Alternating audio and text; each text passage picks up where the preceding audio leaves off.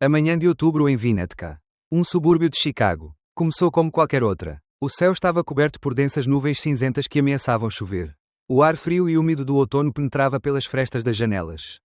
E a casa Langstrom, uma construção de 2 andares, parecia um refúgio aconchegante no meio da tempestade. Marcy Langstrom, como todos os dias, estava na cozinha fazendo café. Seus movimentos eram automáticos, como os de quem repete a mesma rotina há anos, sem nada que perturbe sua existência pacífica. Ela estava pensando profundamente quando ouviu os passos de seu marido, Forrest, descendo as escadas. Na casa dos 50, Forrest ainda mantinha a elegância que cativou Marcy quando se conheceram. Há 15 anos, no escritório de advocacia onde ambos trabalhavam. Ela entregou-lhe uma xícara de café, cumprimentando-o com um simples "bom dia". Forrest assentiu distraidamente, sem tirar os olhos do celular. "Você tem uma reunião com os clientes de Springfield hoje?", perguntou Marcy, tentando iniciar uma conversa, embora a distância entre eles tivesse ficado evidente nos últimos meses. Forrest, sem tirar os olhos da tela, acenou com a cabeça, "UH", e tomou um gole de café. "Vou-me atrasar", acrescentou ele em tom monótono. Marcy reprimiu um suspiro. As suas conversas, outrora cheias de cumplicidade, foram agora reduzidas a breves trocas de informações necessárias. Eles não falavam mais sobre seus sonhos, seus projetos ou qualquer coisa que realmente os conectasse. Eles estavam se distanciando e ela sabia disso. O som da campainha interrompeu seus pensamentos. "Eu vou", disse Marcy, secando as mãos em um pano de prato. Abrindo a porta, ele encontrou um entregador lhe entregando um grande envelope. "Sra. Langstrom, notário de Sarvey Gilmore", disse o homem, oferecendo-lhe uma prancheta para assinar. Marcy assinou sem pensar muito e voltou para a cozinha com o envelope na mão. "O que é isso?", Forrest perguntou, finalmente tirando os olhos do telefone quando viu o envelope autenticado. Marcy rasgou a borda do envelope com os dedos. Perplexa. "Isso é estranho. Eu não esperava nada", ele murmurou enquanto começava a ler a carta dentro. Enquanto seus olhos percorriam as linhas do documento, seu coração começou a bater mais rápido. "Eu herdei a propriedade dele, a casa do lago, e uma conta bancária." Ela leu calmamente, incrédula. Forrest colocou a xícara de café na mesa e deu um pulo. "Quanto dinheiro? Qual quantia?" Seu tom era urgente, quase ansioso. Marcy, com as mãos trêmulas, examinou os papéis mais uma vez. "Milhões de dólares", disse ela com voz vacilante. Também surpresa. Tia Jubileu, uma mulher excêntrica que ele não via há 10 anos. Deixara uma fortuna inesperada. Tia Jubilee sempre viveu de forma austera e Marcy nunca imaginou que pudesse ter tanto dinheiro. Forrest franziu a testa. "Onde ele conseguiu tanto dinheiro?", ele murmurou, surpreso. Marcy, ainda sem acreditar no que lia, continuou: "Há condições. Devo entregar pessoalmente os documentos originais ao notário antes de quinta-feira. Caso contrário, tudo passará para outro herdeiro." Forrest se aproximou, com o olhar fixo no papel que Marcy segurava. "Outro herdeiro? Quem?" "Meu primo Abbott Thornquist", ela respondeu num sussurro. Forrest estremeceu ao ouvir o nome. "Abbott, aquele que tentou processar sua família por causa das antiguidades." "Certo?", ele perguntou, franzindo a testa. "Sim", Marcy concordou, uma sensação estranha no estômago. Era estranho que tia Jubileu o tivesse incluído no seu testamento, especialmente depois do incidente com o serviço de chá e da briga familiar. Forrest, como se já estivesse pensando em outra coisa, olhou para o relógio. "Tenho que ir. Os clientes estão esperando", disse ele rapidamente, e se inclinou para beijar Marcy na bochecha.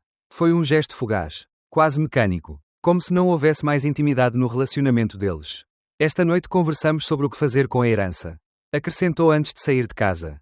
Marcy ficou na cozinha, olhando os papéis repetidas vezes. A notícia girava em sua cabeça, mas ele não conseguia entender o que estava acontecendo. Porque sua tia Jubileu deixou tudo para ela, quando elas não tinham contato há anos. E por que incluir Abbott, um homem com quem ela teve tantos problemas?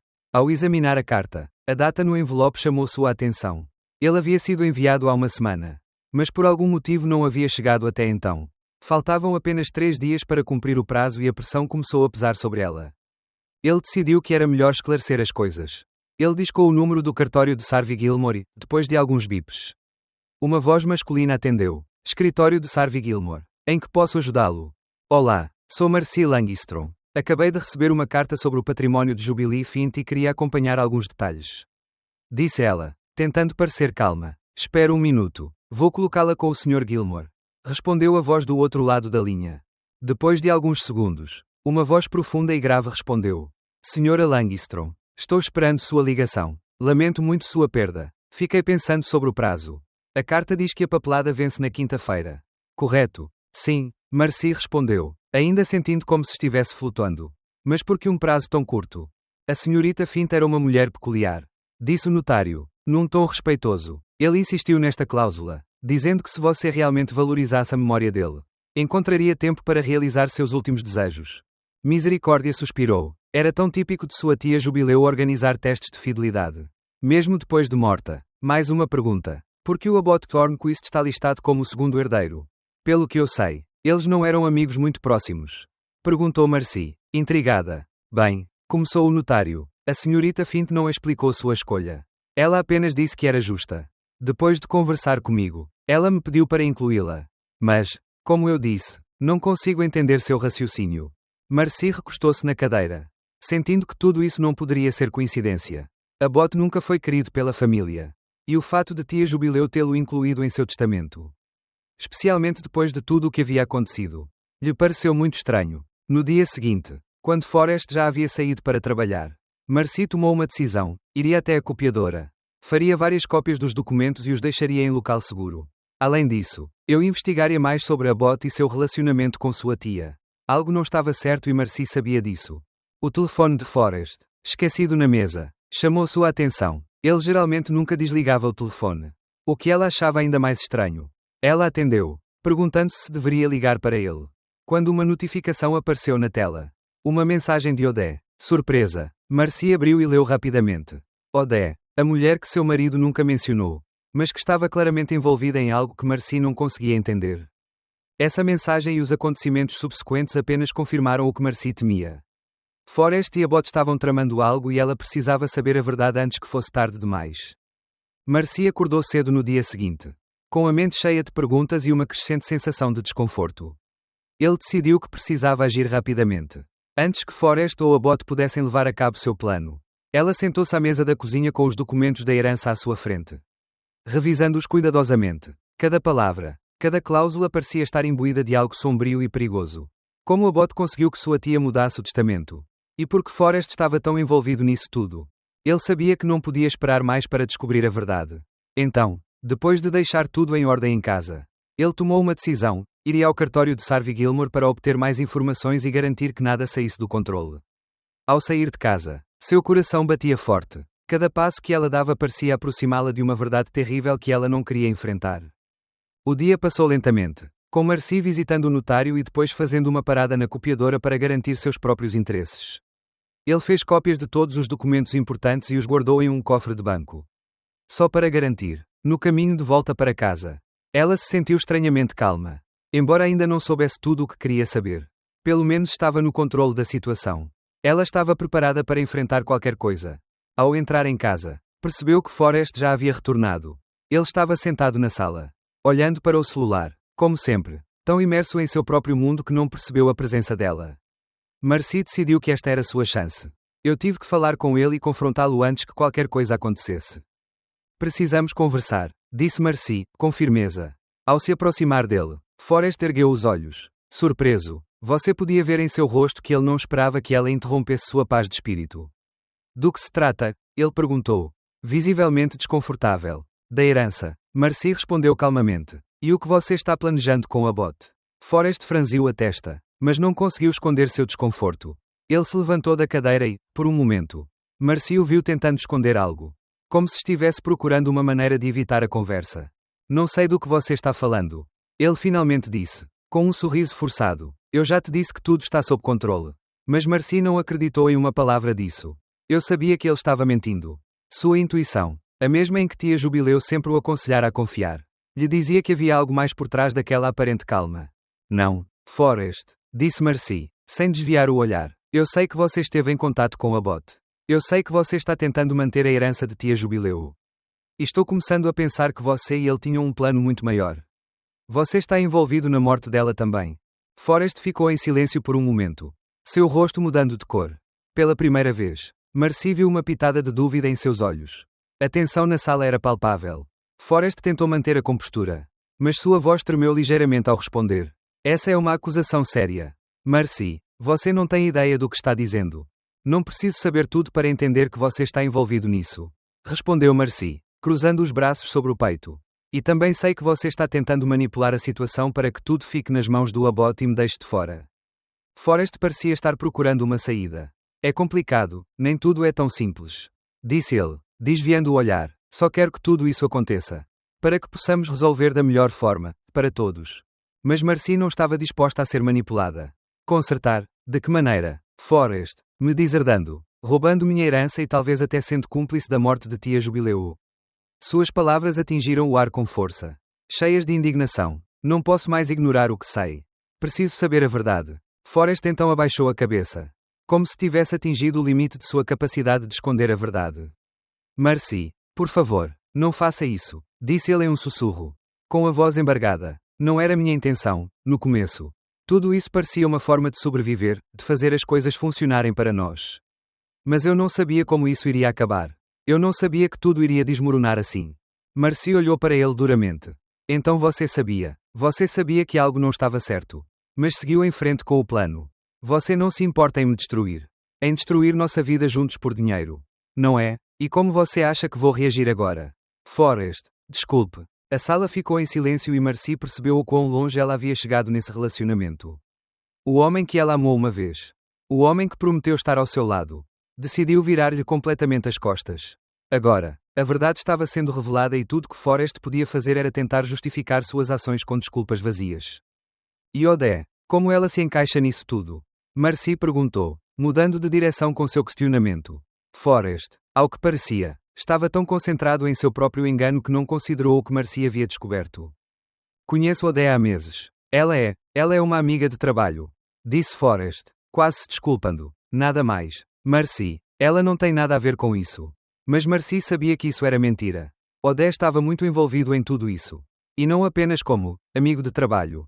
É mentira, Forrest, disse Marcy com firmeza. A verdade sempre aparece. Você não pode mais se esconder do que fez. Forrest não disse mais nada. Ele ficou ali, olhando para o chão, sem saber como responder às acusações que caíam sobre ele como uma torrente. Mas Marcy não queria ouvir mais desculpas. Chegou a hora de encarar a realidade e ela não iria recuar. Naquela noite, Marcy tomou uma decisão. Ele chamaria a polícia e entregaria todas as evidências que havia reunido. Abbott, Forrest e Odé teriam que enfrentar as consequências de suas ações. Não foi apenas uma traição para ela, mas também uma ameaça à memória de sua tia Jubileu. A tarde se prolongou e a escuridão caiu sobre a casa de Marcy. Apesar da tensão que percorria todo o seu ser, ela sabia que não poderia mais voltar atrás. O rosto de Forrest ainda estava em sua mente, com aquela expressão vazia e os olhos evitando os dela. O que tinha sido o seu casamento, a sua vida partilhada, já não existia da mesma forma. As lembranças dos primeiros anos juntos, quando tudo parecia tão perfeito, agora pareciam uma mentira. Naquela noite, depois da conversa com Forrest, Marcy se sentiu mais determinada do que nunca. Ele precisava de respostas e iria obter sendo circunflexo-las. Não importava o que ele tivesse que fazer para descobrir a verdade. Ela estava cansada das mentiras, da manipulação e de viver à sombra de um homem que escolheu o dinheiro em vez dela. Ele precisava recuperar o que era seu por direito. Mas, mais do que tudo, precisava que a justiça fosse feita. A morte de sua tia Jubilee, a traição de Forrest e a cumplicidade de Abbott. Tudo isso tinha que vir à tona. Às 21 horas, Marcy estava sentada em frente ao telefone, com os nervos à flor da pele. Ele havia decidido que esta noite seria aquela que mudaria sua vida para sempre. Ele discou o número da polícia. Embora seu coração estivesse batendo forte, ele sabia que não poderia esperar mais. Delegacia de Winnetka, respondeu uma voz masculina, soando fria e profissional. Olá, sou Marcy Langstrom, disse ela, tentando manter a calma. Gostaria de fazer uma reclamação. É sobre a morte da minha tia Jubilee Fint. Tenho motivos para acreditar que foi manipulada e que a herança foi um esquema fraudulento. Houve um momento de silêncio do outro lado da linha. Senhora Langstrom, poderia explicar com mais detalhes? Isso é algo sério e precisamos saber tudo o que você tem. Marcy começou a contar tudo o que havia descoberto. Desde o testamento alterado até a relação suspeita entre Forrest, Abbott e Odé. Ela falou sobre a estranha herança. Como ela soube da manipulação e como sua tia foi influenciada a mudar seu testamento em favor de Abbott. Pouco antes de sua morte, ela explicou como reuniu evidências. Como ouviu a conversa de Forrest e Odé e como tudo apontava para um plano para despojá-la de sua herança. Você tem certeza do que está dizendo? O oficial perguntou. Eu estou. Marcy respondeu com firmeza. E eu tenho as evidências. Estou disposto a cooperar com você. A ligação terminou com a promessa de que a investigação começaria imediatamente. Marcy desligou o telefone, sentindo um misto de alívio e medo. Ele havia tomado a decisão de encarar a verdade. Mas agora não sabia como tudo isso mudaria sua vida. No dia seguinte, ao acordar, sentiu-se mais calma do que nos dias anteriores. Não havia como voltar atrás. Ela estava determinada a travar a luta que precisava para se curar e encontrar a paz. Porém, nem tudo parecia seguir o rumo que ela esperava. De manhã cedo, o telefone tocou. Era Floresta. Marcy. Ele começou com um tom que não era mais o mesmo da noite anterior. Precisamos conversar. Estou ligando para você. Mas você não atende. Por favor, deixe-me explicar. Marcy agarrou o telefone com força, sentindo uma onda de raiva percorrer seu corpo. Não tenho nada para conversar com você. Forrest, não há mais nada a dizer. O estrago está feito. Ele respondeu friamente. Houve uma pausa do outro lado da linha. Marcy, estou te implorando. Não faça isso. Não continue com isso. Implorou Forrest. Você não sabe o que está arriscando. Se tudo isso vier à tona, não vou perder apenas a herança. Vou perder tudo. Eu. Marcy desligou. Eu não queria mais ouvir. Não havia mais espaço para o arrependimento de Forrest, nem para as mentiras que ele sempre lhe contara. Ela havia tomado sua decisão. O testamento da tia, a herança que lhe pertencia, foi apenas o começo de sua luta para recuperar sua vida. Se Forrest e Abbott pensaram que poderiam tirar tudo dele, eles estavam errados. Naquela tarde, enquanto estava sentada em seu escritório, Marcy recebeu uma ligação do detetive encarregado da investigação. Sra. Langstrom, temos novidades. Depois de analisar as evidências e declarações, a polícia iniciou a investigação formal sobre a morte de sua tia. Abbott Thornquist foi preso por fraude e suposto homicídio culposo. Quanto a Forrest, ele está sendo interrogado, mas está sob suspeita por sua cumplicidade na fraude e manipulação do testamento. Marcy ficou em silêncio por um momento, processando a informação. Abbott foi preso e agora Forrest também estava sob suspeita. O que isso significava para ela? Eu seria capaz de enfrentar o que viria a seguir. Ela poderia finalmente se libertar da sombra do marido e da família. A resposta veio quase imediatamente. Eu estava pronto para tudo. Naquela mesma noite, Marcy decidiu convocar uma reunião com os advogados para adiantar o processo de divórcio. Não havia como voltar atrás. Forrest, seu marido, o homem com quem ela compartilhou tantos anos, não tinha mais lugar em sua vida. A luta pela herança, pela justiça, não era apenas uma questão de dinheiro. Era a sua vida, a sua dignidade e, acima de tudo, a sua liberdade. O dia seguinte foi tenso, cheio de papeladas legais e ligações. Mas finalmente, depois de tantas semanas de incerteza e medo, Marcy sentiu que tudo estava começando a tomar forma. Eu não era mais uma vítima. Ele não estava mais no escuro. Agora, ele estava no controle. Naquela noite, depois que Forrest foi embora, Marcy entrou no escritório de sua tia Jubilee, como sempre fazia quando se sentia perdida. Na velha cadeira de couro, com as fotos e lembranças de uma vida passada, Marcy olhou para o testamento da tia. Acariciou-o com os dedos e depois deixou cair as lágrimas. Não de tristeza, mas de alívio. Finalmente, ela estava em paz consigo mesma. O caminho para reconstruir sua vida havia começado. A manhã seguinte apresentou-se com uma calma assustadora. Marcy acordou cedo, sentindo um peso menor no peito, como se de alguma forma a verdade estivesse começando a libertá-la. Mesmo sabendo que a batalha ainda não havia terminado, a notícia da prisão de Abbott se espalhou como um incêndio e agora o caso estava sendo investigado exaustivamente. Mas havia outra coisa que ainda estava em sua mente: o envolvimento de Forrest em tudo isso e como ele conseguiu manipular a situação por tanto tempo. Apesar de tudo o que aconteceu, Marcy sentiu que não poderia descansar até saber toda a verdade. Sua tia Jubileu era uma mulher independente, sábia e firme, mas algo a levou a confiar em Abbott. Um homem que claramente brincou com ela até conseguir o que queria. Naquela mesma manhã, Marcy decidiu dar mais um passo em sua investigação pessoal. Eu sabia que havia algo no testamento que eu precisava entender melhor. Algo que não havia considerado até então. Embora o documento fosse claro sobre a herança, havia alguns detalhes sobre a redação das mudanças que não faziam sentido. Especialmente a menção de Abbott como herdeiro substituto. Marcy estava sentada no escritório da tia, cercada pelos livros e pelas lembranças de uma mulher que havia sido seu exemplo. Seu farol em muitos aspectos de sua vida. O silêncio na sala era pesado, mas ao mesmo tempo reconfortante. Eu estava determinado a encontrar respostas. Ele revisou o testamento novamente, linha por linha. Ela se lembrou das conversas que teve com a tia, das histórias de suas viagens, das discussões sobre família e de como, por mais excêntrica que fosse, sempre fora firme em sua postura em relação à independência. Tia Jubilee era uma mulher que não se deixava manipular por ninguém. Nem mesmo por Marcy. Quando era jovem, Ele ensinou Marcy a pensar por si mesma, a questionar tudo, a não se deixar levar pelas aparências. E agora, revisando o testamento mais uma vez, Marcy percebeu algo crucial: Abbott não apenas manipulou sua tia, mas provavelmente a influenciou de uma forma mais sinistra. Lendo uma passagem que mencionava as visitas frequentes de Abbott à tia Jubilee antes de sua morte, Marcy lembrou-se do que havia descoberto no diário de sua tia. Abbott continua-me visitando, escreveu Jubileu em sua última entrada, me trazendo aqueles chás de ervas que me ajudam tanto a relaxar. Sempre me sinto um pouco estranho depois de tomá-los. Mas isso me acalma. As palavras de sua tia ecoaram na mente de Marcy. Teria Abbott sido responsável por aquele sentimento estranho em tia Jubileu? Ele havia manipulado não apenas a mente dela, mas também o corpo dela. As visitas de Abbott e os pedidos insistentes sobre o testamento começaram a parecer muito mais suspeitos. Marcy lembrou-se das palavras de Violet Crawford, amiga de sua tia, que lhe contou que Abbott estava visitando Jubilee nos últimos meses. Embora a tia sempre tivesse sido muito clara sobre seus sentimentos por ele. Não se preocupe, querida, Violet lhe dissera em uma de suas conversas. Sua tia nunca deixaria Abbott chegar muito perto dela. Eu sempre a avisei que ela não podia confiar nele.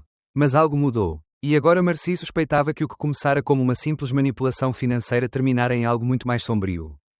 Com nova determinação, Marcy decidiu que precisava de mais provas. Mais provas para corroborar suas suspeitas. Ele sabia que precisava agir rapidamente. Antes que Abbott ou Forrest pudessem remover qualquer pista incriminatória. A polícia já trabalhava no caso.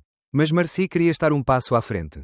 Ela saiu de casa e foi até a delegacia local, pronta para entregar todas as informações que havia coletado até então. Ao chegar, ela foi recebida pelo detetive Jensen, que ficou surpreso com sua pronta chegada. Senhora Langstrom, estou feliz que você venha tão cedo. A investigação está progredindo bem. Mas quaisquer detalhes adicionais podem ser cruciais. Marcy assentiu, entregando-lhe uma pasta com os documentos que havia preparado. Dentro havia cópias do testamento, transcrições de suas conversas com o tabelião e uma cópia das anotações do diário de sua tia, que mencionavam Abbott e suas visitas. O detetive folheou os documentos cuidadosamente. Isto é muito valioso, Sra. Langstrom, disse ele seriamente. O que ele está nos dizendo é que Abbott estava manipulando sua tia. Possivelmente com a ajuda de substâncias. Para mudar seu testamento, precisaremos examinar mais detalhadamente os chás de ervas e qualquer outra evidência que ele deixou para trás. Além disso, o fato de Forrest estar tão envolvido nos dá uma nova perspectiva sobre o caso. Marcy olhou para ele, sabendo que não havia como voltar atrás agora. Também quero que você investigue se Abbott teve alguma coisa a ver com a morte da minha tia. Os últimos dias de sua vida foram estranhos e os sinais de que algo estava errado estão se acumulando. Jensen assentiu, tomando notas. Ao se afastar da delegacia, Marcy sentiu o peso da incerteza em seu peito. Ele fez tudo o que pode para garantir que a verdade fosse revelada. Mas não pode deixar de se perguntar o que aconteceria a seguir. Forrest foi preso, mas será que ele conseguiria enfrentar a justiça por tudo o que fez? E Abbott, estaria ele disposto a confessar sua culpa se chegasse a hora? Naquela tarde, sozinho em casa, Marcy recebeu uma ligação do advogado de Forrest. Sra. Langstrom, seu marido quer discutir os termos do divórcio, disse a voz do outro lado da linha. Misericórdia pensou por um momento. Estava claro que Forrest ainda não entendia a magnitude do que havia feito. Não há nada para discutir agora. Ele respondeu com firmeza. O divórcio está em andamento. Tudo está claro para mim agora. Ele desligou o telefone, por um momento. Permitiu-se relaxar. Ele não precisava mais carregar as mentiras ou o peso de um casamento baseado no engano. Seu futuro estava começando a tomar forma e, embora o caminho a seguir não fosse fácil, Marcy sabia que estava no controle.